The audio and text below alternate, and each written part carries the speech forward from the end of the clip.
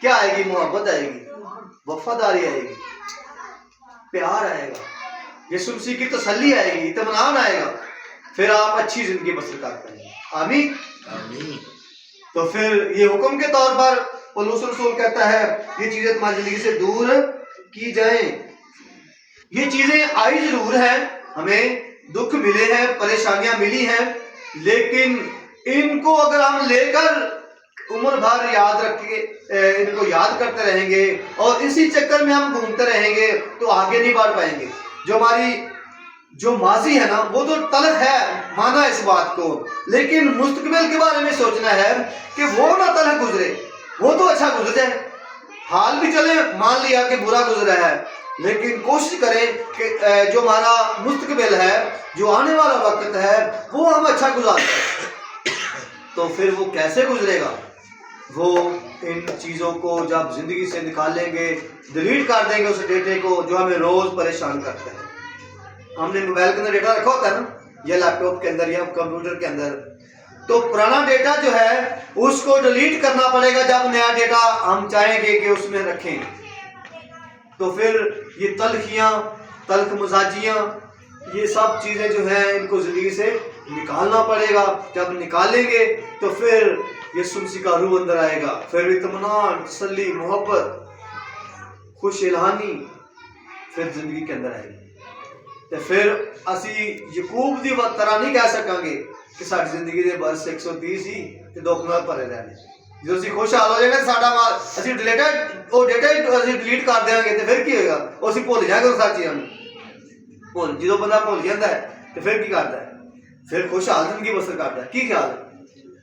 مانا کہ ہم دکھی رہے لیکن آگے کو اتنا دکھی رہے، کیا خیال ہے؟ ہاں نا ہاں تو بتایا کرو بھائی صاحب۔ بھئی مانا ہم نے ماضی میں ہم بہت ساری مشکلوں سے گزرے ہیں، پریشانیوں سے گزرے ہیں، زخم ماضی نے ہمیں دیے ہیں، لیکن مستقبل میں تو ہم کوشش کریں کہ ہم خوشحال ہو جائیں۔ اس کے لیے کوئی لایا عمل تیار کریں، نکالیں اس کو زندگی سے جو چیز ہمیں روز پریشان کرتی ہے۔ اس ڈیٹا جو رکھا ہوا ہے ہم نے، میری بہن نے منو وہ فلانی دفعہ میں بیاہ تے گیا تو منو آ گل کی تھی کہ میں تین سال زندگی بلانا نہیں تھا۔ کیوں نہیں بلانا؟ تو اس زخم کو روز یاد کر کے پریشان ہونا ہے تو ایک دن بلا ہی لے ہم کی خیال؟ تھوڑا تھوڑا گھٹ بھر لے۔ صحیح گل کہہ رہے ہیں کہ غلط گل کہہ رہے ہیں؟ ایک دن تو بلا لے ہم، چھوٹا بن جائے، سن کا جڑا چھوٹا بن جائے گا تو میں آسمان دی بادشاہ کو بڑا کر دیا گا۔